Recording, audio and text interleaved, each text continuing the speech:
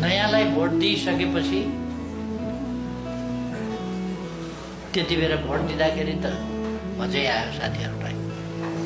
तर भोट भन्दा पछि चाहिँ त्यसको स्वाद यस्तो तितो, यस्तो पिरो, यस्तो अमिलो, न जिब्रो पखाल्न जान्छ, केही न केही गर्न जान्छ। केपी बा, अब देशमा परिवर्तन चाहियो। तितो होइन, तितो त तिमीले बनाएको नि देशलाई। तितो भन्दा नि तितोको जरो त तिमीले बनाएको नि। जनताले भोट नदिएको, यत्रो वर्ष तिमीलाई भोट दिएर जिताएर गरेको नि त जनताले पनि सबै चिज गरेको नि त तिमीसँग पनि। खै त नि देशमा परिवर्तन ल्याएको? झन् त्यसमा सोसल नेटवर्कबाट मान्छेहरूले के आम्दानी गरिरहेछन् त्यही पनि बन्द गरेर कि हामीलाई रोजगार देऊ कि सोसल नेटवर्क खोल भनेर युवाहरूले बोल्दा गोली हान्न लगाउने, बिचरा त्यस्तो सानो सानो भाइहरूको हत्या गर्ने जनताहरूलाई कतिसम्म सतायो। अहिले तितो गरायो अरे, अनि स्वतन्त्र पार्टीलाई भोट दियो अरे। जनता बाटो भइसके, स्वतन्त्र पार्टीलाई भोट दिन्छन्, जनताले सबै कुरा बुझिसके नि त।